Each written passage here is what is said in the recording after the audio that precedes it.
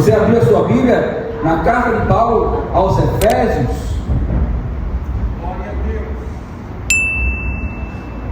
No capítulo 1, do verso 15 ao 23. Na semana passada o pastor, ele falou sobre oração também, no capítulo 3. Como os irmãos sabem, estamos falando sobre oração.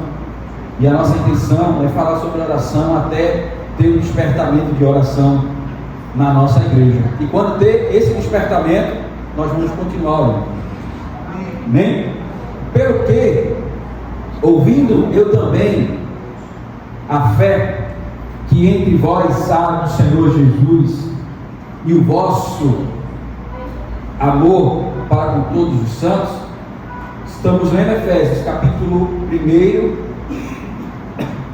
do verso 1 ao 15. Lemos o verso 15, vamos ler o verso 16, que diz: não cesse de dar graças a Deus por vós, lembrando-me de vós nas minhas orações, para que o Deus de nosso Senhor Jesus Cristo, o Pai da glória, vos dê em seu conhecimento o espírito de sabedoria e de revelação, tendo iluminados os olhos do vosso entendimento, para que saibais qual seja a esperança da sua vocação e quais as riquezas da glória da sua herança nos santos, e qual a sobreexcelente grandeza do seu poder sobre nós, os que cremos, segundo a operação da força do seu poder, que manifestou em Cristo, ressuscitando os mortos e pondo a sua direita nos céus. Verso 21: acima de todo principado e poder e potestade e domínio e de todo nome que se nomeia, não só neste século, mas também no vindouro. Verso 22: e sujeitou todas as coisas a seus pés, e sobre todas as coisas o constituiu como cabeça da igreja, que é o seu corpo, a plenitude daquele que cumpre tudo em todos. Quando Paulo escreve esta carta, ele está preso. Alguns comentaristas chegam a dizer que o tempo de prisão de Paulo teve um rodízio de cerca de 16 mil homens. A cada dia, não sei se a cada quarto de hora, se assim eu posso chamar de quarto de hora, tinha um guarda que estava aprisionado por Paulo.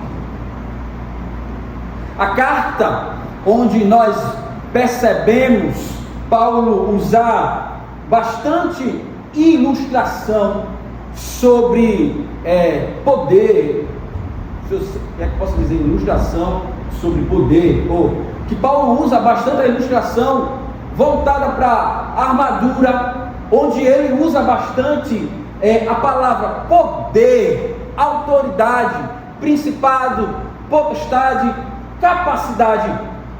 É a carta aos Efésios, e ele tem um propósito. Quando ele escreve, ele tem diante dele um soldado. Tanto que no capítulo 6, do verso 10 ao 20, ele fala sobre a armadura de Deus. E esse texto é muito interessante quando ele fala, onde ele, como um general, falando para o seu exército o rigor da batalha, do desafio da batalha. Por isso que, se você perceber, em 2 versículos, quero nem ir por esse caminho, mas em 2 versículos, para chamar a atenção da dimensão da batalha que o crente tem, ele fala sobre o inimigo, a sua atuação, e depois ele entra dentro da esfera de poder, no versículo 12, citando 4 maneiras para falar do reino espiritual.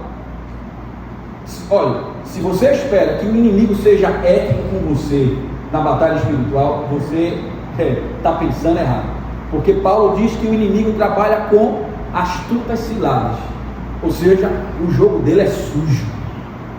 O jogo do inimigo é sujo para nos derrubar. Mas não é só no capítulo 6, aí Paulo fala, depois no versículo 12, mas se você ver, Paulo passa mais tempo falando sobre a armadura, a capacidade, o poder de Deus, para transmitir a ideia de certeza na batalha. Quando a gente pega a literatura que fala sobre batalha espiritual, quando a gente termina de ler os livros, a gente está assim, é possível vencer ou não? Mas Paulo, em 10 versículos, pastor, nos dá uma certeza tão grande. Leia depois quando chegar em casa. Aí ele fala sobre a armadura e os utensílios. A armadura no verso 14, 15. E ele fala na ordem como o soldado se veste. Primeiro coloca o cinto, depois a couraça, tá ok? Depois a sandália. Depois disso, o soldado, ele pega o escudo. E por último, ele só usa o capacete e a espada quando o inimigo está se aproximando. E Paulo está trazendo para a igreja a ideia de poder, para que a igreja fique consciente. Mas não é só no capítulo 6 que ele faz essa referência, trazendo para a igreja o entendimento, a dimensão do poder. É em toda a epístola. Aí você se pergunta, por quê? Você já ouviu falar de uma cidade em que o povo, quando recebeu o poder de Deus, entregou seus livros de feitiçaria? Entregou seus livros de feitiçaria. Eu já dei a resposta, ficou baixo. Entregou seus livros de magia. Seus livros de... Me ajuda, irmão. Não precisa achar graça, não. Brincadeira. Seus livros de magia. Em Éfeso, a magia corria solta. Eu sei que tem alguns países aqui da Europa em que a magia ela é pesadíssima. Na cidade de Éfeso, eles tinham livro de magia, de feitiçaria. E eles conheciam o poder. Lá na África, o evangelismo ele é tão desafiante. Por isso que você vê tanto milagre na África. Que as pessoas com bruxaria lá levitam, flutuam. Tá todo mundo olhando para mim com medo. Fica com medo não, vaso. Magia acontece, feitiçaria acontece. Então essa igreja ela tem dimensão de poder. Ela conhece a partir dos seus relatos essa dimensão. Você vê que Paulo ele tem 3 motivos, se assim posso dizer, de oração, ou ele pontua 3 pontos no verso 18. No verso 18 ele fala 2 coisas que ele pede a Deus. Primeira coisa é que eles saibam, que eles conheçam o que? Primeira coisa, a esperança da vocação. Verso 18, acompanhe a sua Bíblia. A segunda coisa que ele pede é para que essa igreja ela conheça a riqueza. Não é só a herança, veja como ele chama a atenção para que a igreja compreenda, veja, a riqueza da glória da sua herança dos santos. Veja aqui em 2 frases, se assim posso dizer. Ele fala sobre 2 pontos que quer que Deus realize no meio deles. Mas o terceiro ponto ele usa 1, 2, 3, 4, 5 versículos, pastor, para falar sobre um assunto. Qual é o assunto? Poder.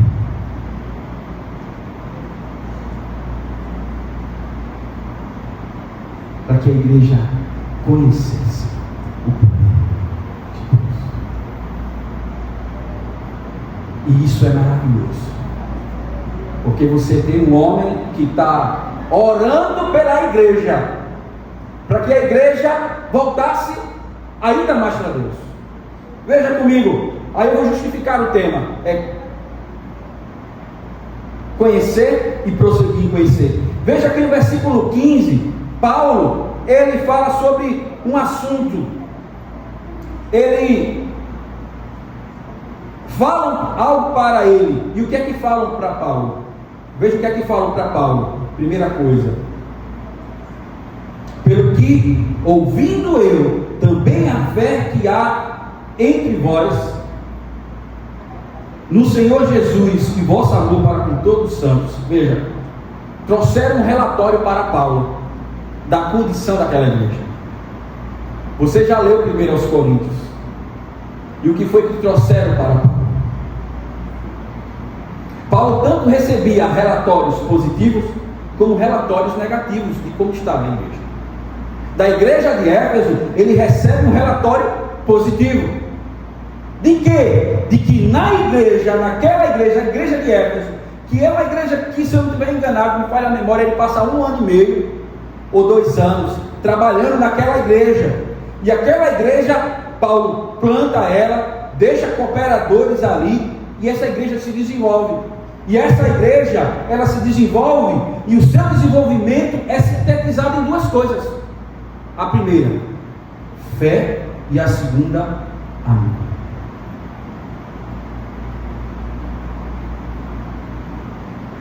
Fé no Senhor Jesus Cristo e amor para com todos os santos. Não é uma fé qualquer, tá? Se você ler lá, o escudo da fé não era qualquer escudo. Não era qualquer escudo. Era um escudo longo de 2 metros. Eu acho que dá isso aqui. Isso aqui não pode é bom de medida. Era uma porta, mas tinha um detalhe na porta. Qual era o detalhe da porta? O escudo precisava estar revestido de couro, porque se não tivesse revestido de couro, o dardo inflamado, o que acontecia? Cravejava, e o soldado tinha que soltar o seu escudo e ficar vulnerável no campo de batalha. Por isso que não era qualquer escudo, por isso que não é qualquer fé. Entendeu, Gracinha? Tem que ser o quê? A fé em Cristo Jesus. A fé que há em Cristo Jesus é capaz de apagar os dardos inflamados do inimigo. A fé em Jesus, ela é poderosa suficientemente para deter algo poderoso. O que? O dardo inflamado do inimigo. Está entendendo? Veja, é esse tipo de fé. E o amor, é o amor que a igreja tinha, não só por quem eles queriam, era um esforço mútuo de amar uns aos outros. Até os não amados, eles davam um jeito de amar.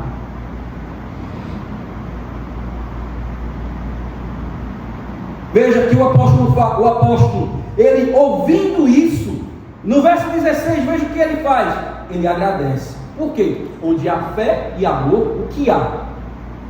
A certeza da operação de Deus. Porque quem é que opera em nós o querer efetuar? Quem é o autor e consumador da fé? Quem é que trabalha em nós para que a gente possa amar e suportar os nossos irmãos? Deus.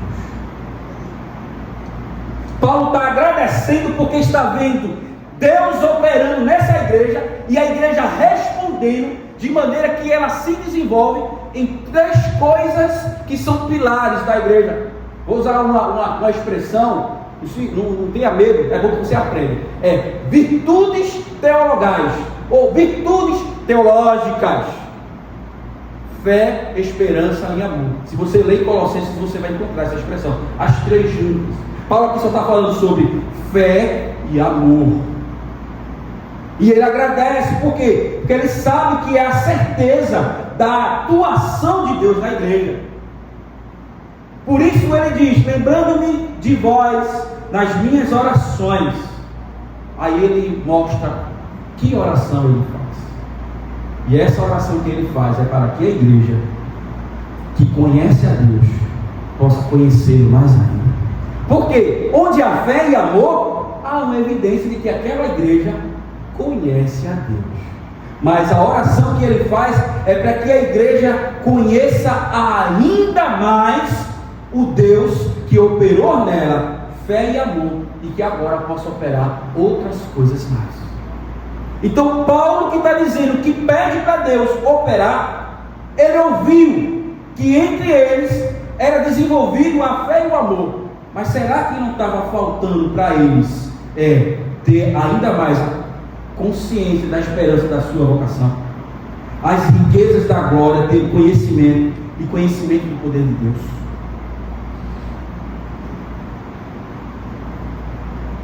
Irmãos, quando Deus olha para nós e vê que falta algo em nós e quer nos dar, Isso é maravilhoso. Sabe o que é isso? É Deus cuidando das nossas vidas. É Deus cuidando de cada um de nós. Essa é a certeza de que Deus está acrescentando. Há uns aqui que tem pouca paciência, não precisa levantar a mão. Aí Deus trabalha. Olha, vou trabalhar na sua vida para que você possa suportar mais. Porque lá em 1 Coríntios, no capítulo 10, no verso 13, Paulo diz para aquela igreja que não sobreveio sobre ele nenhuma tentação que não fosse humana. E no final do versículo ele diz que Deus dá o escape para que possais suportar. Ou seja, nem sempre o escape de Deus é Deus nos livrando daquilo, simplesmente é Ele nos fazendo resistente o suficiente para suportar. Preste mais atenção como você tem olhado para as coisas. Isso é importante para entender tudo isso.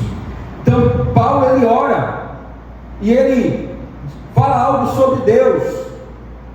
O Deus a que nós devemos conhecer. Primeira coisa, que Ele é o Deus do nosso Senhor Jesus Cristo, e Ele é o Pai da glória, o Pai glorioso, o Pai a quem pertence toda a glória.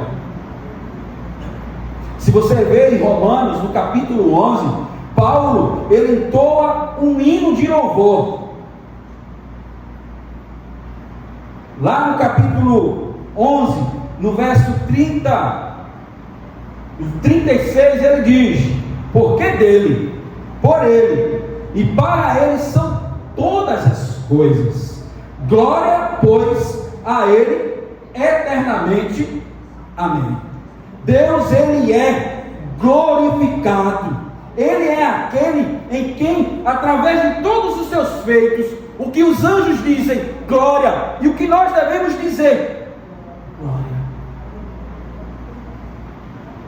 E o que Ele tem para nos dar, senão algo que faça com que Ele seja ainda mais glorificado. Então, Paulo sabe a quem está orando. Meus irmãos, faz toda a diferença ao Deus a quem nós oramos, quando nós conhecemos. Deixa eu te fazer uma pergunta, olhe para mim. Você é ousado na oração? Se diante de mim... Acabou já a cantoria.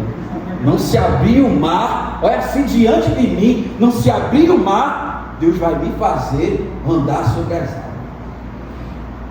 Mas será que a gente tem a coragem de dizer assim, vou colocar o pé? Quando é que a gente coloca o pé? Quando a gente conhece a Deus. Eu ouvi o testemunho de uma pessoa que está aqui na minha frente, que Deus fez uma cura na vida dela, ela estava orando. Aí a partir do testemunho dela, eu estou orando também. Disse, Jesus, vem aqui. Trabalha na minha vida. Dá uma restauração na minha vida. Faz algo maravilhoso. Quando nós conhecemos a Deus, nós somos ousados na oração. Existe alguma coisa demasiadamente difícil para o Senhor? Então, por que nós não somos ousados na oração? Quanto mais nós conhecemos, mais somos ousados.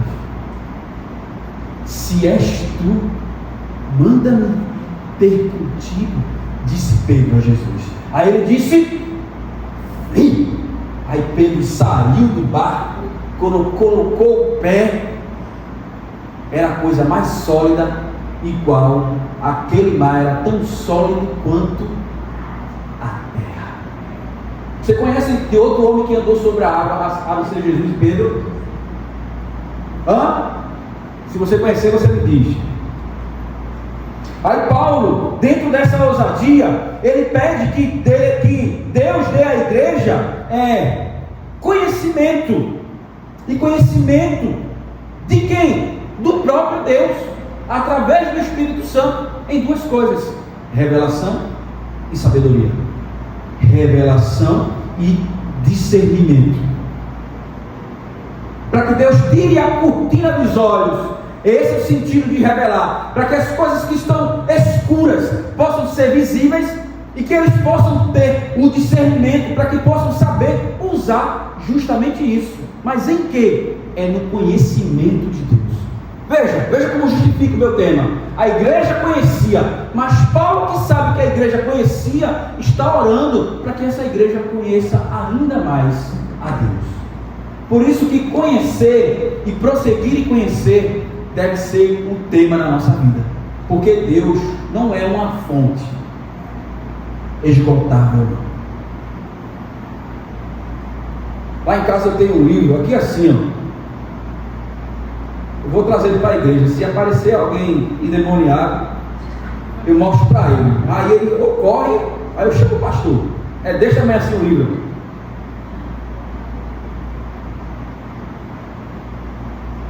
Só falando sobre Deus. Um teólogo aí, um dos cabeções da vida, só falando sobre Deus. Aí eu tenho outro assim, ó, falando sobre Deus. Esse Deus, aquele homem não conseguiu esgotar a Deus. O homem mais sábio do mundo não é capaz de esgotar a Deus. A mente humana é só um balde. Aí eu pergunto, o oceano cabe? Eu sei que o oceano cabe na palma da mão dele. Isaías 40 fala. Mas o conhecimento de Deus extrapola o nosso entendimento. Mas apesar de extrapolar, Ele nos dá, para que a gente, mesmo que seja limitado, consiga compreender e discernir as coisas que são necessárias para andarmos aqui nas terras de forma prudente. No verso 18, eu entro no meu primeiro ponto, que Paulo, ele ora sobre conhecer a esperança da vocação, no verso 18. Mas antes disso, ele pede para que Deus ilumine os olhos do coração de todos daquela igreja. Você já viu alguém com o coração iluminado? Não. Essa expressão, meus irmãos, a Bíblia tem muitas expressões antigas. Veja que eu preciso explicar sobre a realidade do que é ter os olhos do coração iluminados, ou os olhos do entendimento. Mas quando Paulo escreveu, ele não explicou. Por que ele não explicou? Porque aquela igreja sabia o que significava ter os olhos do seu entendimento, ou os olhos do seu coração iluminado. Esse é um dos desafios da leitura da Bíblia, da pregação, da interpretação. Existe um abismo cultural. O mundo no qual foi escrito isso aqui, o mundo, ele não existe. Aí a gente precisa cavar, procurar entender as coisas, para explicar, para dizer assim, era isso que ele estava querendo dizer. Veja, Paulo está dizendo que essa expressão, iluminar os olhos do coração, ou iluminar os olhos do entendimento, significava que Deus capacite vocês para ver. Que o homem interior de vocês esteja voltado para isso aqui que ele está falando. Ou seja, que a essência de vocês esteja voltada, seja capacitada para entender o que o conhecimento de Deus revela. Paulo está orando por compreensão, para que a clareza do entendimento deles possa ser real, para que eles possam enxergar, perceber, entender, assimilar.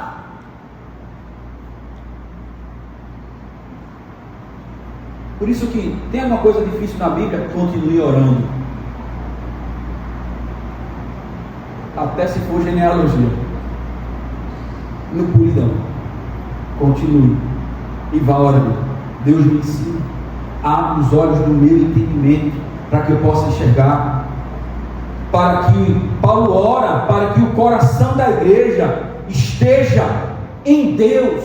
Porque veja, Paulo ora para que os olhos do coração dele, para que aquilo que é central a ele, porque o coração é o centro, o centro das nossas emoções, o centro dos nossos desejos, para que isso seja iluminado, para que possa ver as coisas de Deus, para que possa saber as coisas de Deus.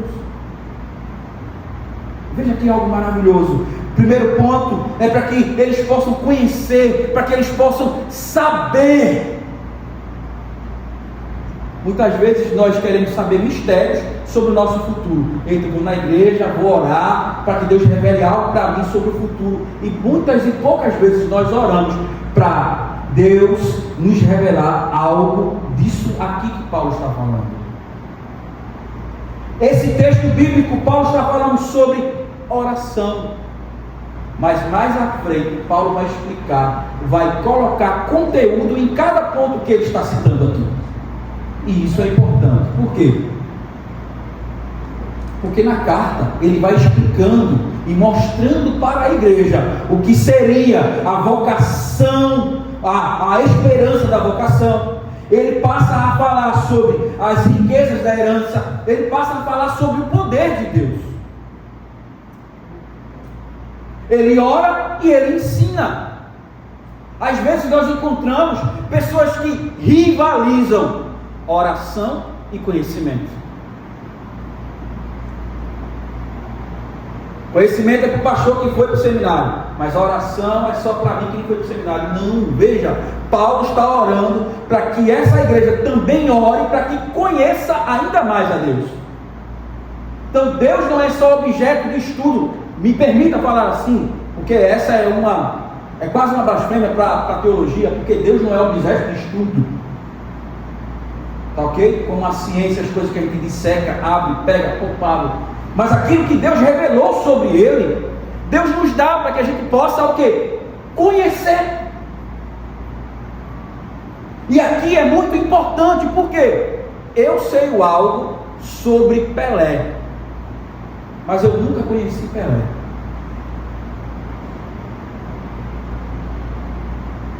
Deus está falando sobre, Paulo está falando para que essa igreja tenha uma intimidade com Deus, para que conhecimento não seja apenas teórico e nem da boca para fora, para que eles estejam envolvidos na sabedoria e na revelação, para que eles possam ainda mais voltar-se para Deus com os olhos iluminados, capacitados.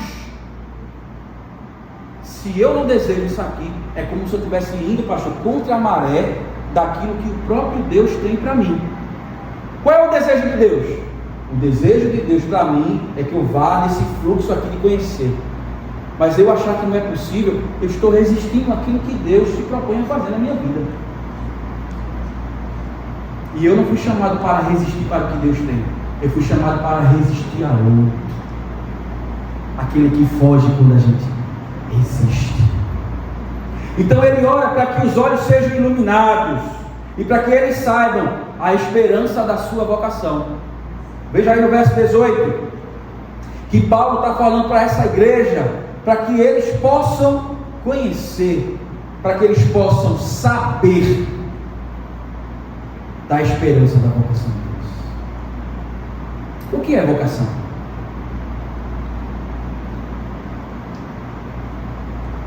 O que é vocação? Vocação é chamado, separado para. Eu sei que é a ideia de santo, mas quem é chamado é separado. Aí Paulo está chamando a igreja para entender a esperança da sua vocação. Quem é que chama o crente? Você acha que o crente vem por vontade própria? Ou a sua vinda só é a resposta a um chamado? Isso faz toda a diferença. Por que isso faz toda a diferença? Porque se sou eu que venho, eu não posso ter esperança no meu chamado. Mas se é Deus que me chama, eu posso ter esperança no meu chamado.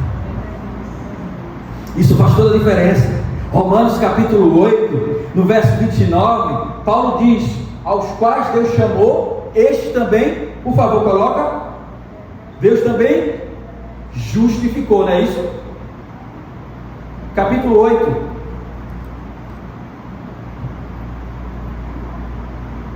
Verso 29 diz: porque os que antes conheceu, também os predestinou, para serem conforme a imagem do seu Filho, a fim de que ele seja primogênito entre muitos irmãos. E aos que predestinou, a esses também chamou. O teu chamado só é a evidência da tua predestinação. Eu vou repetir. Enquanto a gente briga, se morde, falando sobre predestinação, Paulo está dizendo que é a razão da nossa vocação. Versículo 29. E aos que predestinou, a esses também chamou. E aos que chamou, a esses também justificou. E aos que justificou, a esses também glorificou. Todo chamado por Deus, veja, a esses também, aos que predestinou. Quem é chamado? Quem responde de maneira eficaz ao chamado? Quem não consegue resistir a esse chamado, senão os predestinados? Por isso essa é a base da nossa vocação. Qual? Que ela, a gente olha para trás, para a eternidade passada, para a nossa predestinação, diz assim: o meu chamado está vinculado naquele que me chamou, e aquele que me chamou, ele me adotou. No versículo 4 do capítulo 1, me desculpe, no versículo 5, ele diz que somos adotados. Veja a esperança do nosso chamado. Como também no verso 13, nós fomos selados pelo Espírito Santo, que é o penhor da nossa herança. Veja a certeza, para a redenção da possessão de Deus, para o louvor da sua glória. O que Paulo está querendo dizer aqui é que no último dia, quando a angelical trombeta tocar, os que foram chamados por Deus ouvirão. Os que foram mortos terão seu corpo, o quê? Serão o quê? Ressuscitados. E os que estão vivos terão seu corpo, aleluia, transformados. Porque sobre nós há uma promessa, sobre nós há uma garantia, sobre nós existe uma certeza absoluta. Eu não vou ter pressa para terminar essa mensagem, não. Está chegando a minha hora. O pastor já está puxando o paletó.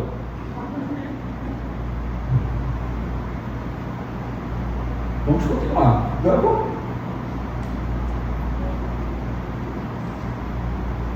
Paulo está chamando a igreja para olhar para o objetivo da sua salvação. Qual é o objetivo da sua salvação? A glória. No capítulo 6 de Efésios, no verso 13, Paulo diz que existe um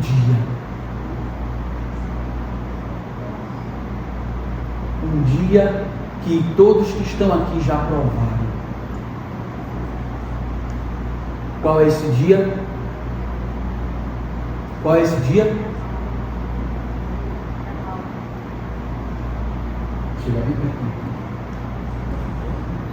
Isso aqui chega para todo mundo, tá? Não tem como adiar, de um jeito ou de outro. Mas quando chegar o dia mau, eu vou me esquecer de que somos salvos em Cristo Jesus?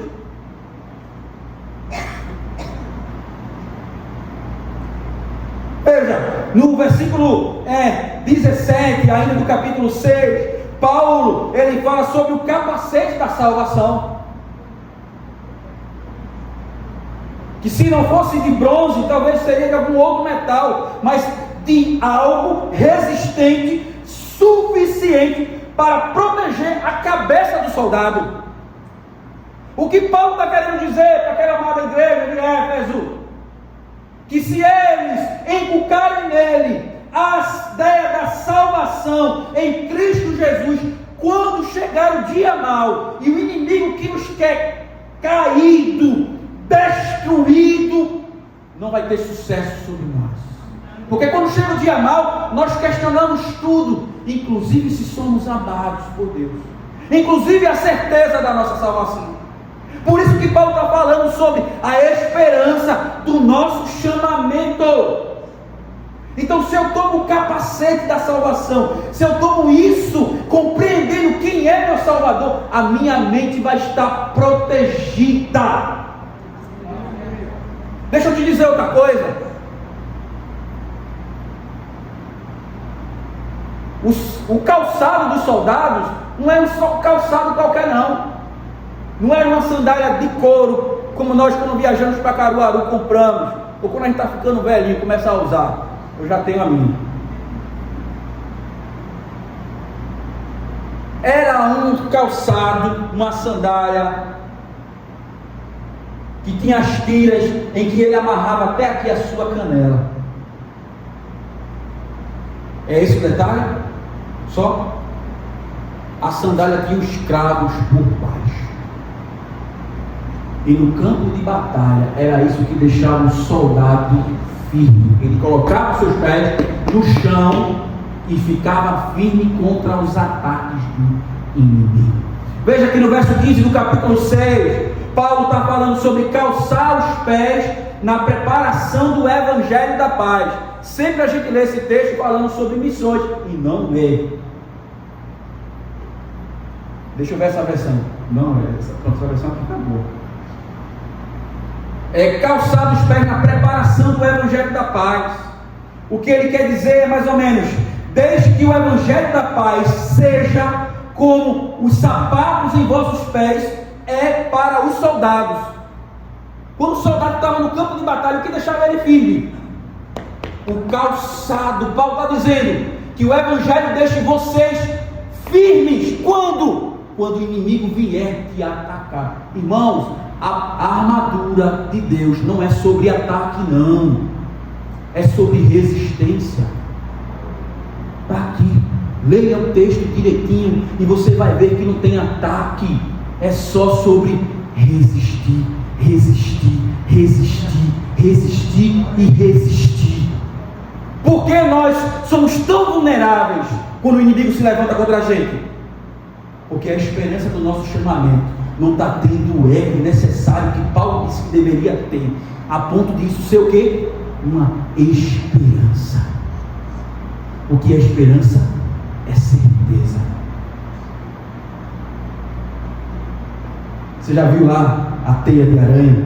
Para a aranha, aquilo é algo em que ela pode se firmar. Mas só basta chegar a você com algo mais forte. Olhe para casa. A teia da aranha não existe, é a sua força. Esperança não é sobre isso. Esperança é certeza. Porque o Deus a quem nós servimos é fiel e poderoso para fazer infinitamente mais, além do que pedimos e do que pensamos. Por isso que Paulo, quando fala no versículo 10 do capítulo 6, ele se concentra apenas em Deus. De todos esses versículos que Paulo passa a falar sobre a armadura, só 2 ele passa a falar sobre o inimigo. O restante é só sobre Deus. Por quê? Porque ele quer persuadir a igreja, para ter consciência da dimensão do poder de Deus.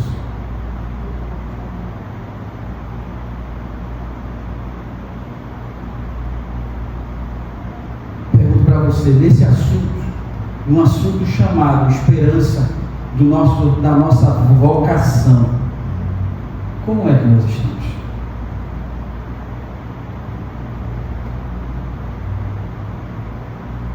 Talvez você pense assim: você não entende o que eu estou passando.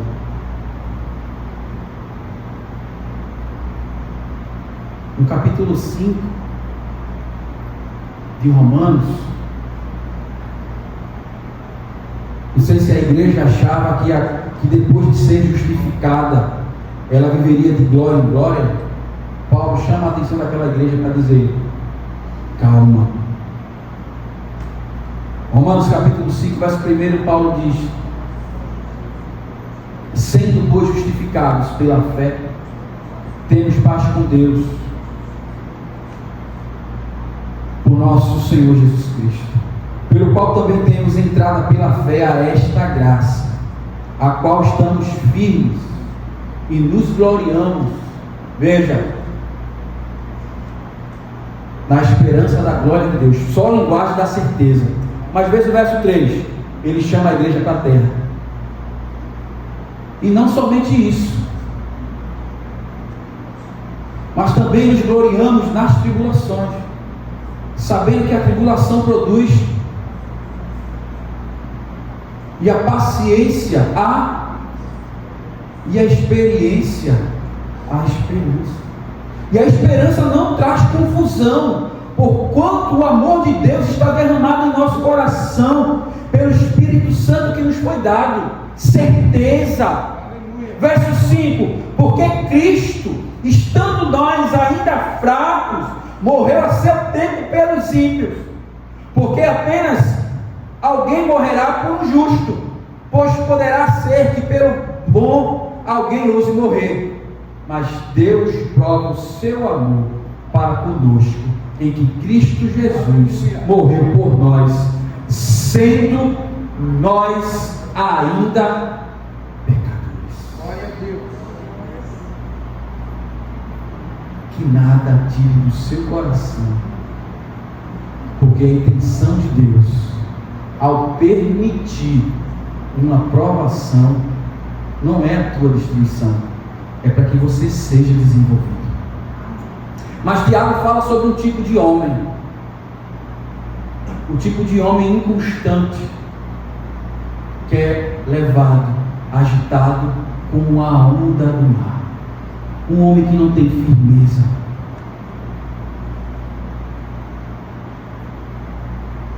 Firmeza é algo que nós precisamos. Firmeza é algo que nós necessitamos. Firmeza é algo que nós precisamos pedir a Deus. E tudo aquilo que a igreja precisa para estar firme, Deus Ele dá e não lança em rosto. Aleluia.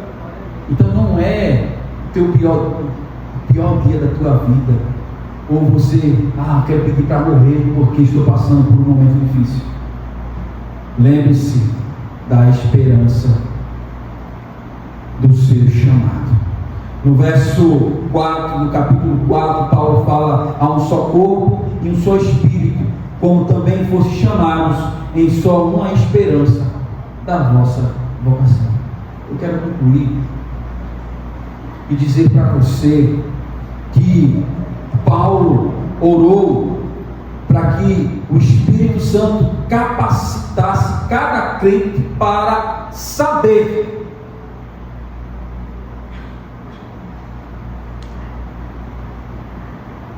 Então nós temos sobre nós este mesmo Espírito que capacita o crente para saber dessas coisas aqui. Então se fadigue um pouco mais em pedir a Deus aquilo que Deus está disposto a te dar, a focar ainda mais nele, conhecer ainda mais dele. Meus amados irmãos, quanto mais eu vou lendo essa palavra, eu sei que quanto mais eu conheço, mais vai ser cobrado de mim. Já vi crente dizer assim: eu não quero conhecer mais não, porque para não ser cobrado. Eu sei que quanto mais eu conheço, eu tenho consciência. Mas quanto mais eu conheço, mais a alma vai ficando apegada a Deus. Quanto mais eu conheço, mais eu glorifico. Quanto mais eu conheço, eu passo a amar. Quanto mais eu conheço, independente de contexto, eu passo a glorificar a Deus. Quanto mais eu conheço, eu passo a ver a beleza, a altura, a profundidade desse amor tão glorioso por mim e por você. Você precisa conhecer ainda mais esse Deus. Porque quanto mais você conhecer, você vai olhar para o sacrifício da cruz. E ao invés de dizer assim, eu merecia, eu era bonzinho, eu dava esmola, eu não tinha nem pecado direito, eu era um cara de boa. E às vezes nós falamos isso para as pessoas, Gil. Fulano é tão bom que só falta Jesus. Vê Jesus como é tão pouco, só falta Jesus. É o principal, Jesus. E quanto mais nós conhecemos, nós vamos ficando maravilhados. E quanto mais maravilhados, mais nós nos submetemos à sua vontade. E quanto mais nós nos submetemos à sua vontade, Ele vai sendo glorificado. E quanto mais Ele vai sendo glorificado, Ele começa a tirar de nós o que não deve ficar em nós. A nossa mania de poder, de manipulação, as nossas fraquezas, as nossas desculpas. O crente fraco que muitas vezes nós somos, sem resistência, sem substância, sem interesse. Um crente que terremoto, rumores de guerra. Eu quero saber. Desde que minha avó estava viva, que morreu com 110 anos, que ela dizia para mim que isso ia acontecer, não aconteceu. Crente fuleiro, que olha para os sinais e fica dormindo. Porque os sinais é Cristo dizendo, eu estou voltando. E o crente que vigia está dizendo, eu estou te esperando. Como você está nessa noite? Dormindo ou vigiando? Se você estiver dormindo, eu vou te dizer o que diz em Mateus 25. Eis o noivo. Porque você é crente, aí vai acordar, vai despertar. Por quê? Uma vez salvo, salvo para sempre. Mas aqueles que brincam, quando se ouvir eis a voz do noivo, quando ouvir uma pregação que desafia, vai estar nem aí, vai dizer, eu preciso amanhã trabalhar ainda mais para enricar a minha conta. Eita, amanhã é 1 de agosto, são tantos boletos, mas somos a geração de Noé, comia, bebia e dava-se em casamento, até o dia em que Deus mandou chuva, foi lacrada a porta da arca por fora, só se salvaram 7. A esperança da tua vocação é aquilo que abre os teus olhos para que você possa enxergar. Senhor Deus e Pai, glorificado és tu e tu para sempre, Senhor. Aleluia. Nós estamos, Senhor, firmados em ti. A nossa fé e o nosso amor, como nós cantamos, estão firmados no Senhor. Nós queremos, Senhor, considerar a cada dia ainda mais o Evangelho, Senhor. Paulo orou para que aquela igreja focasse no Evangelho, focasse em Deus, focasse na esperança da sua vocação. E isso nos é necessário, Senhor. Se este homem aqui, inspirado pelo Espírito Santo, falou sobre este assunto, nós que só somos iluminados, porque iríamos refutar? Mas nós somos iluminados justamente para entender aquilo que foi inspirado. E a iluminação é enxergar com clareza aquilo que o Senhor diz para cada um de nós, em tua palavra.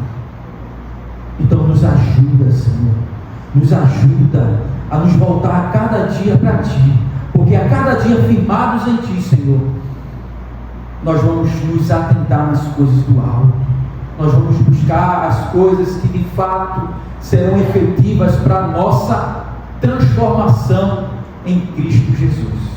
Por isso, Senhor, nos dá a cada dia ânimo e mais ânimo ao entender, Senhor, a esperança da nossa vocação, porque quem nos chamou foi o Deus eterno que nos predestinou e que nos comprou com um alto preço, um preço de sangue, que nos selou com o seu Espírito. Assim, Senhor, nós estamos crendo e aguardando o Senhor. Assim nós oramos nessa noite, no nome santo de Jesus. Receba a bênção do Senhor. Que o amor de Deus, a graça do nosso Senhor e Salvador Jesus Cristo, que a comunhão e a consolação do Divino Espírito Santo seja conosco hoje, amanhã e sempre. Amém e amém.